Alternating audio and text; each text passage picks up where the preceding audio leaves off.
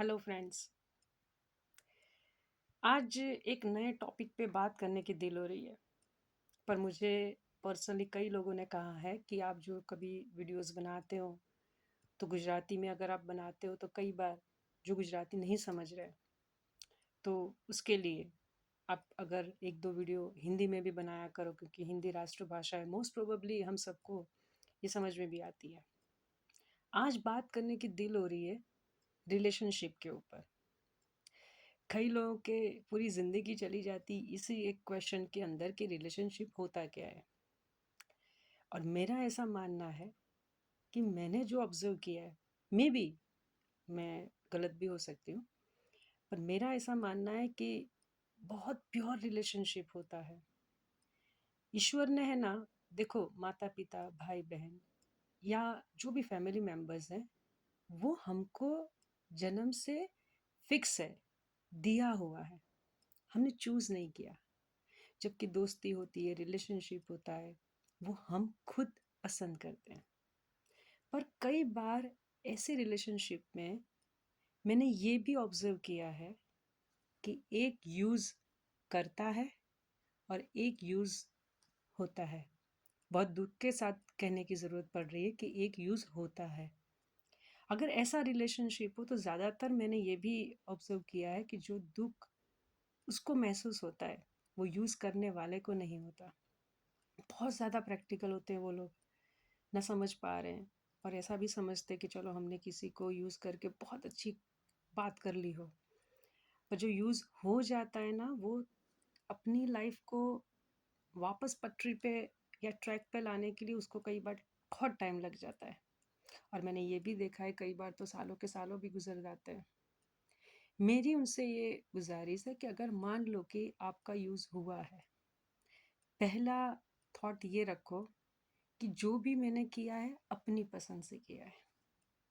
ये करने के समय मुझे किसी का फ़ोर्स नहीं था, चाहे वो दोस्ती हो, रिलेशनशिप हो, कोई भी एक रिश्ता हो। मैंने अपनी पसंद से ये रिलेशन को एक्सेप्ट किया था। अब अगर उसके अंदर उसको अट्रैक्शन नहीं है, उसको कोई बेनिफिट नहीं दिख रहा और इसलिए रिलेशनशिप को ब्रेक कर दिया या एकदम से चुप हो गए, चले गए, तो अब पटरी पे कैसे लाऊँ? नहीं, नहीं, आपने कोई गुनाह नहीं किया है। उल्टा बेवकूफ़ वो है और वो बहुत गरीब है कि आप जैसे अच्छे एक रिलेशन को उसने खोया है। आपने तो तहे दिल से जो भी था 100% दिया। पर कोई भी चीज़ हो, कोई भी इंसान हो, किसी को अगर आप पकड़ के रखोगे, पर अगर आपकी किस्मत में नहीं है, तो वो कैसे भी करके आपकी ज़िंदगी से चला जाएगा। आई रिपीट, चाहे वो चीज़ हो, चाहे वो इंसान हो। पर अगर आपकी किस्मत में है, तो मैंने ऐसे भी देखे हैं कि जिन्होंने बिल्कुल मेहनत ना की हो और फिर भी उसको वो चीज़ या रिलेशनशिप मिल गई हो। कई ऐसे स्टूडेंट्स मैंने देखे हैं, चाहे वो पढ़ाई के लिए अगर मैं एक बात को रेकमेंड करूँ, तो पढ़ाई भी ऐसा ही है, पर पढ़ाई आपको कभी धोखा नहीं देगी।